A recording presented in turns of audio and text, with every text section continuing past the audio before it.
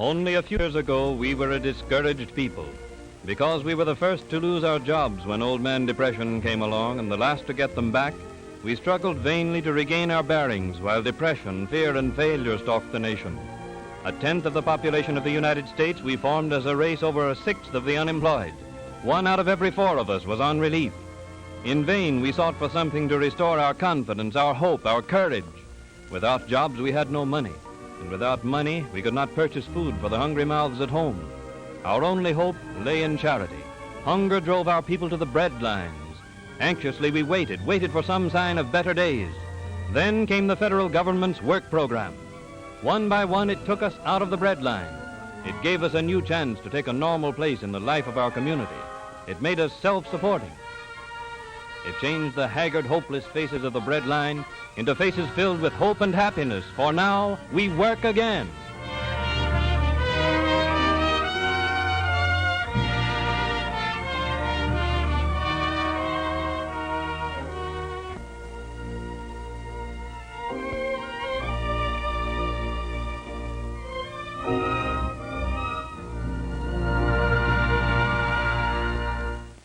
Unskilled laborers, the forgotten men of past generations, now work steadily at decent wages.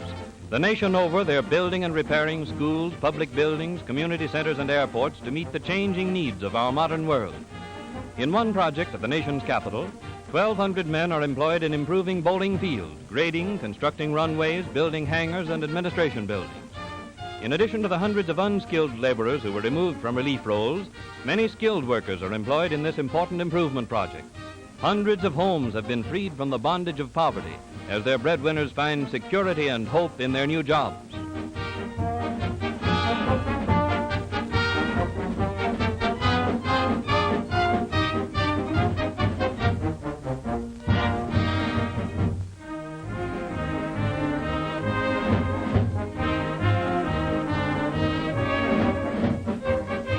In New York City, a WPA housing demolition project is underway, which will greatly improve the living conditions of families of moderate means.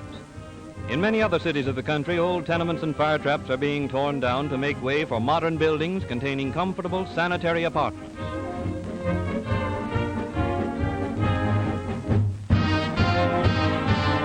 At Colonial Park in Harlem, as in many other congested areas, WPA workers have constructed a huge swimming pool and are now completing a bathhouse which will accommodate 4,100 persons.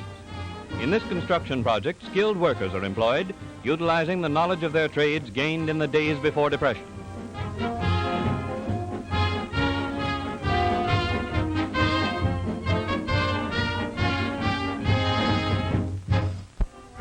Swimming pools are particularly valuable to the community because they offer a haven of relaxation to young and old during the hot summer months.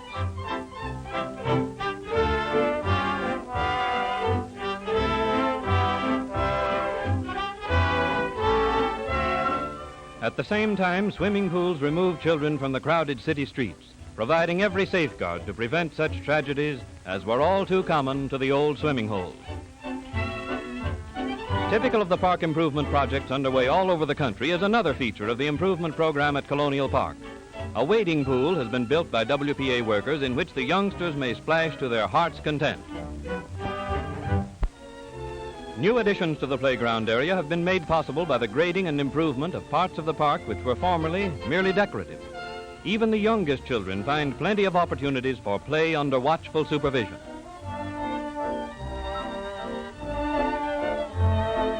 In many parts of the country, nursery schools have been established where almost 10,000 children of our needy families are provided with hot meals, supervised play activities, and excellent preschool training under competent instructors removed from relief roles. In these projects, employment has been provided for 600 teachers, nurses, dietitians, and cooks.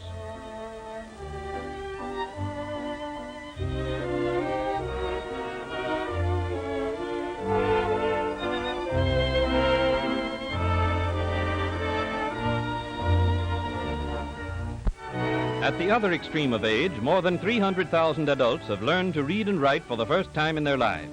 Eagerly they study, realizing how very much a little knowledge can mean in our modern workaday life. Teachers drawn from relief roles instruct them in useful subjects such as arithmetic and foreign languages.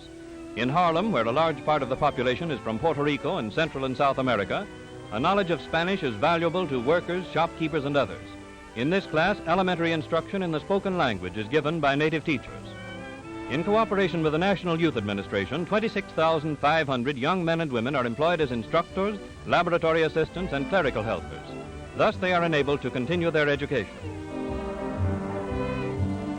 Clerical white-collar workers find employment at filing and checking important records, at typing, and at such unusual occupations as abstracting and filing time-worn land records, so that they may be available for the use of future generations.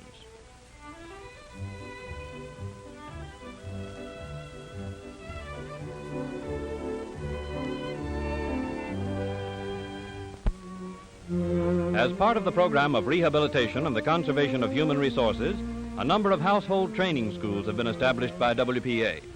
In these schools, girls from relief families are prepared for domestic work which will make them self-supporting.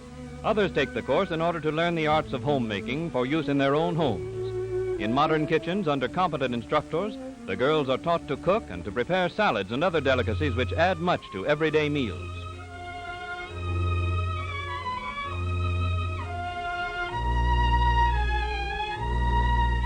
Here's where you may be able to learn something. This is the way the girls are taught to make beds, an art which few have mastered.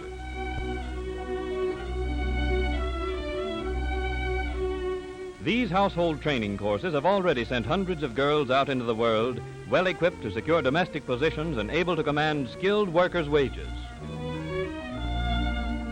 Health education is an important part of the WPA program.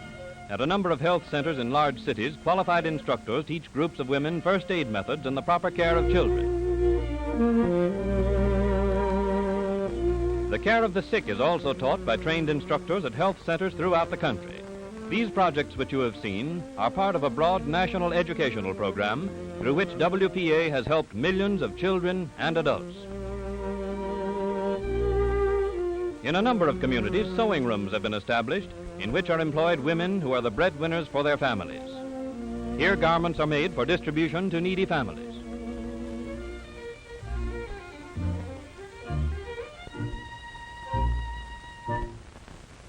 Musicians and singers, too, found employment in orchestral and vocal groups. These art singers, organized and directed by William Lawrence, have successfully presented a great many programs of classical music. In spite of river, fields are gay, of birds sweet, from which a wood have all things should, with joy begin the spring. La la la, la la la, la la la, la la la, la la la, with joy begin the spring. Allah, Allah, Allah, Allah, Allah, Allah, Allah, with joy begin the spring. Then, lady, little you appear in new delight. I will their favor birth and day, for cheerfully will sing. La la la, la la la, la la la, la la la, la. More cheerfully will sing. Allah, Allah, Allah, Allah, Allah, Allah, Allah, more cheerfully will sing. One of our greatest contributions to the world of music is the spiritual, recognized the world over as a fine example of the folk music of America. This choir, directed by Juanita Hall, presents our traditional music in all its beauty.